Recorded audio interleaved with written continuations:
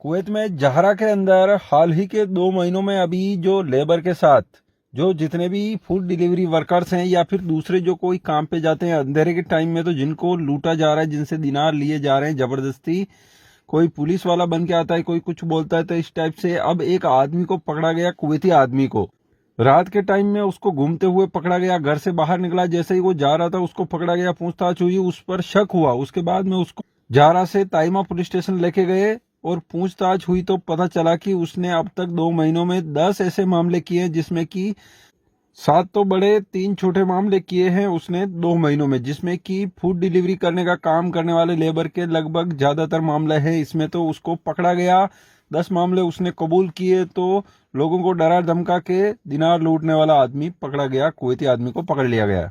इसके बाद अगली खबर है, अब जाके फिलीपींस से वापस लेबर आना शुरू हो रहे हैं, जिसमें फर्स्ट बैच जो आ रहा है उसमें 27 फिलिपिनो जो डोमेस्टिक वर्कर्स हैं, खादिम की लेबर आ रही हैं। 210 का एक बैच तैयार कर रहे हैं, लेकिन उसमें से सबसे पहला बैच आ रहा है जो 27 वर्कर शामिल हैं, ये वापस स्टार्ट हो गया है। तो अब धीरे धीरे आना शुरू होंगे लेबर्स। हालांकि अभी दूसरी कंट्रियों से भी लेबर लाने, जैसे कि इंडोनेशिया और नेपाल से, लेकिन अभी तक वहां पर ऐसे कोई भी समझौते पूरे नहीं हो पाए जिससे कि लेबर आना शुरू हो।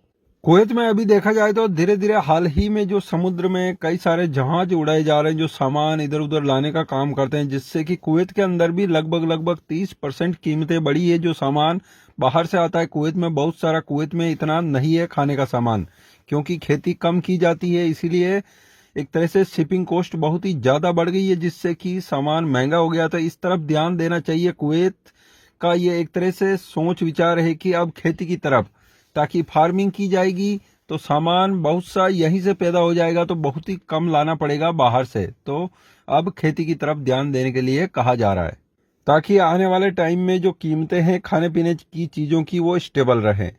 कुवैत की खबरों में इतना ही। चैनल को सब्सक्राइब जरूर करें ताकि कुवैत की आने वाली खबरें मिस ना हो।